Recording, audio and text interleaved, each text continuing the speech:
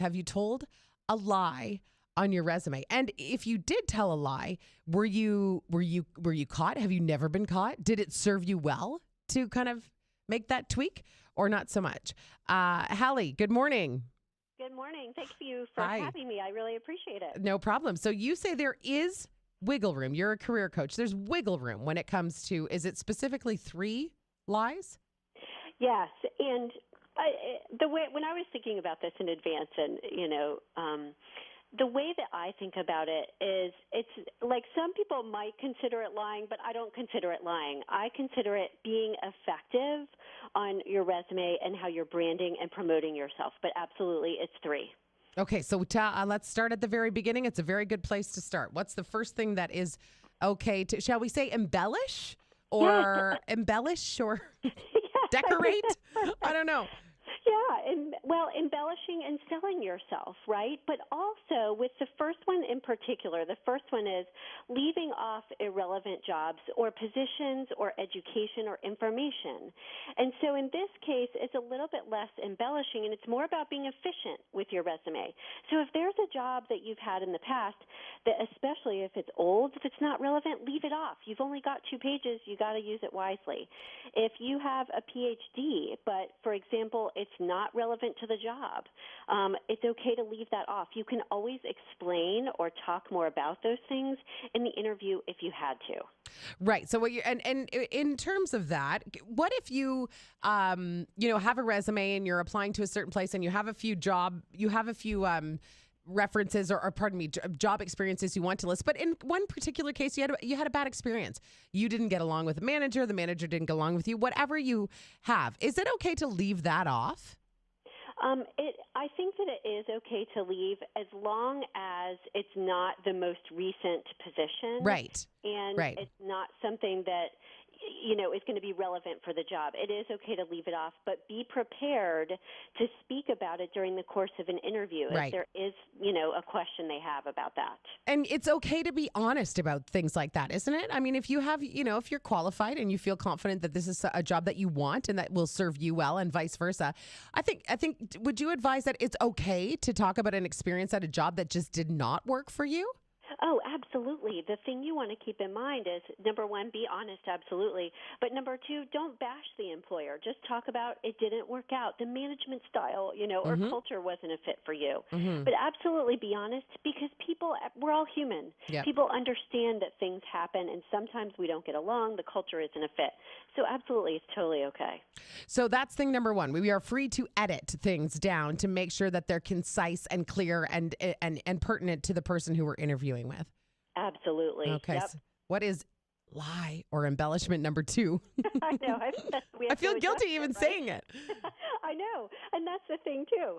So the second one is expanding your job title a little bit. So here's how I see this one. Yes, it's input. You can't say that, you were in a completely different position.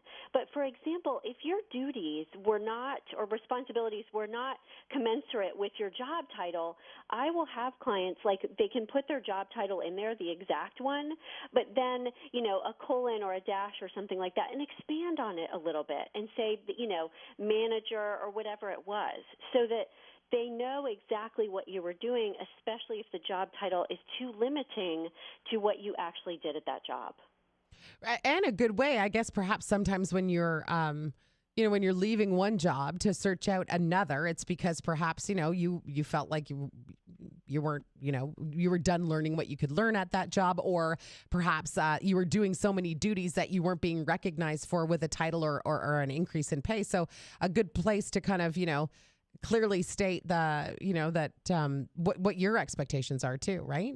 Yes, absolutely. That's a really good point. So say, and it's okay to embellish here a little bit, but then also, because you want them to know that you can handle these certain things for that new job as well, so that you land it and get it.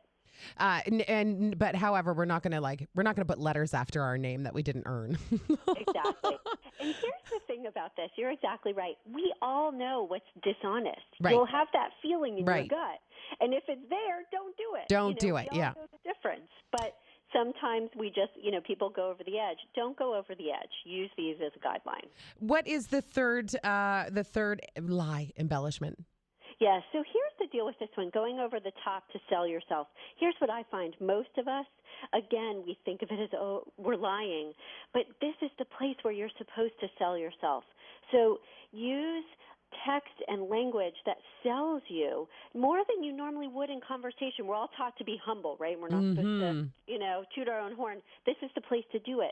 And when I work with clients, it's so interesting to me because they'll say, well, I didn't exactly do that. Well, it's just about how they word it, and it needs to be much more compelling. So go over the top, push yourself, because again, I find most of us, we don't want to lie on the resume, and we end up being too humble when we're writing it. Right, and then kind of doing ourselves a big disservice because nobody's gonna sing your praises if you won't. Yes, exactly. And when someone else, like a resume writer, or I'll work with clients on this, when someone else points it out, it makes perfect sense to me that they absolutely did this and this was a contribution they made. But they're just in their own head with those negative voices is the problem, and they don't want to be, they want to be humble. Hallie, tell me how you feel about kind of unique or quirky ways to get yourself noticed. And that would be more so like, when you're applying to jobs.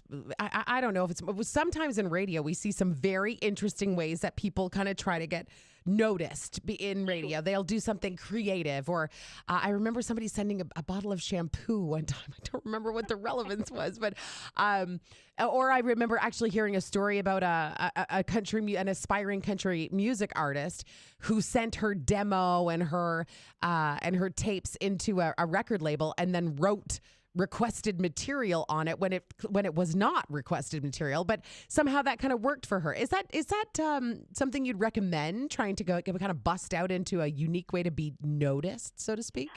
I think so. I think you can. I think it can also, in some cases, backfire because in especially more traditional, straight-laced, let's say, industries. So the two, interestingly, that you referenced, right, were more creative. Creative, yeah. So in those cases, I think it's okay to do so. One of the more standard things I tell clients to do is to have like a one sheet or a quick PowerPoint deck that you can send along with your application used during the course of your interviews that describes your projects and the results that you achieved at different positions.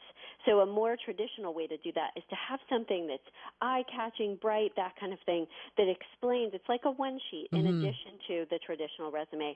I have had people send cookies, right. would love to sit with you over coffee type of thing, or coffee mugs. So in some cases, that does work. But you want to be mindful, I think, of the industry that you're trying to break into, too. Right. Okay, answer this question for me, please, Hallie Crawford, career coach, because I've talked to people about this many, many times, and I insist that you should always just provide the references. Please don't put, I have been in positions where I'm reading resumes and I think to myself, don't tell me available upon request. Like, give me the people who love you and support you, and I would like to know that right away. What's the answer to that question? Is it okay to say references available upon request, or should you just be providing those right away? I like to provide them right away. Yeah. And one of the ways I've seen people do it lately, which I think is great, is they will use their LinkedIn testimonials or an excerpt, the powerful excerpt from it, on their resume next to the job description. Good idea. Great idea. Yeah. So, Hallie Crawford, how do people get in touch with you if they would like to have you coach their careers? Yes, wonderful. At HallieCrawford.com. It's HALLIE Crawford, just like Cindy Crawford.com. Now that's a resume. I know. Wish I looked like her, but there you go. Hallie Crawford, thanks for joining us this morning. Have a wonderful Monday. You too. Thank you. Take care.